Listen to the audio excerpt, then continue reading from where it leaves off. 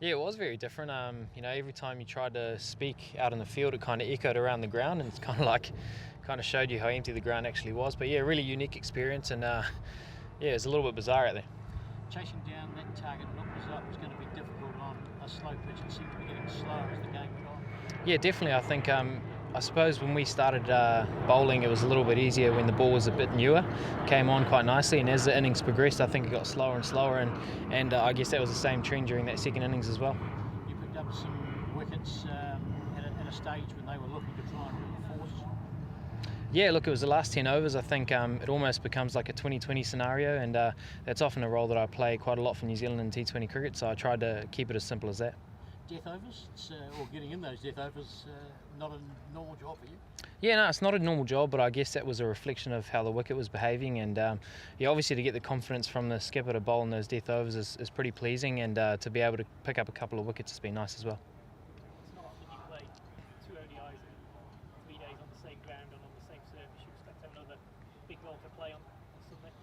Yeah, it'll be interesting to see how it plays. I think obviously it got slower, but I'm sure the ground's going to do some work to get it up a little bit harder as well for the next game. But I think it's definitely a bat first wicket. Try to get runs on the board, and then hopefully it slows up and becomes harder to score later on. Do you think, having learned from this game, do you think you'll be able to adjust to that next game and perhaps counter the Aussie bowlers a bit better? Yeah, look, obviously disappointing to lose, so I'm sure the boys will go back and do their own reflections, and everyone that comes back on Sunday that gets an opportunity against them again, I think will be well prepared.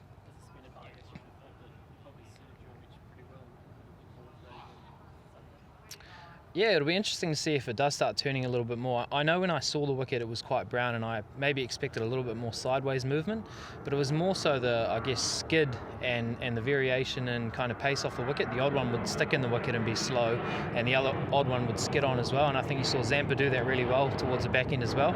I guess the straight ball was the most dangerous one rather than the one that was turning quite a lot, so it was quite an interesting wicket really.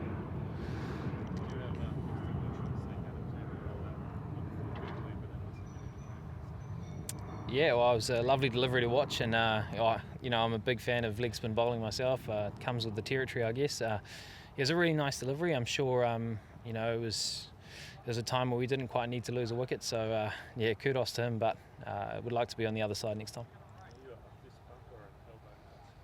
Oh, we're doing a little ankle tap, eh? Quite like that one, I reckon. I saw Mitch Satner do it a couple of times, so just to keep the hands completely out of play.